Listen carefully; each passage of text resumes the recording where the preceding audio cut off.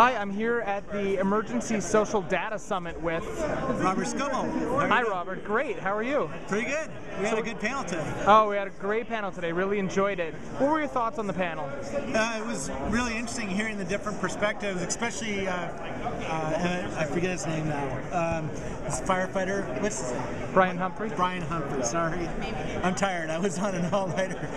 And Brian Humphrey runs the Twitter, social media, new media campaign for the LA Fire Department, and he gave us some really insightful comments about how to manage crisis, both at a small local level, because he gives some examples of where if you don't manage people properly on even a small fire, that it can hurt people, kill people, even at a small crisis, much less a big earthquake or a hurricane or something like that. So we saw heard a lot of stories like that, and I think some progress is made. Great, yeah. What do you think are some of the tools, the best tools that you saw today that people are using for this? Well, what's interesting is it's not so much about technology, it's about people, right? I mean, we have incredible technology now. We have, I give some examples of having CouchDB, which is a database on cell phones that can replicate itself from cell phone to cell phone to cell phone. And so I put a picture in here, and it adds it to your cell phone. Yeah, it's like Google Docs and Dropbox all in one. Right, so we can build some really interesting systems for first responders or for news people, for citizens on out in the street seeing things falling down.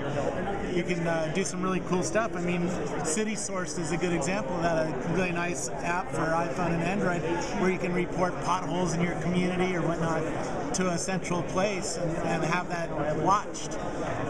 So it's not so much the technology, it's changing the structures inside these big old creaky organizations. I mean, I just talked with the lady who runs the American Red Cross, and we're here in one of their most famous rooms, and she said it was really a struggle to get to use this room for the social media, for this crisis camp, crisis solution conference. So it's always people problems whenever you find yeah.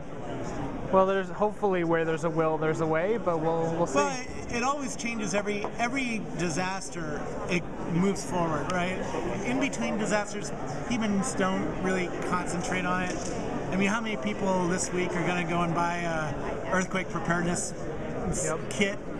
In California, not many, and we don't care about it, but as soon as that 8.0 hits, man, we're going to clean Home Depot out of every earthquake preparedness kit in the world, and then we'll be more prepared for the next one. But that's how human beings work. And same thing with technology. Yeah. That was the idea behind Crisis Camp, right? Get people together on off-crisis locations and times and use their knowledge. Yep. So, very cool. Thanks a lot. How can people find you online?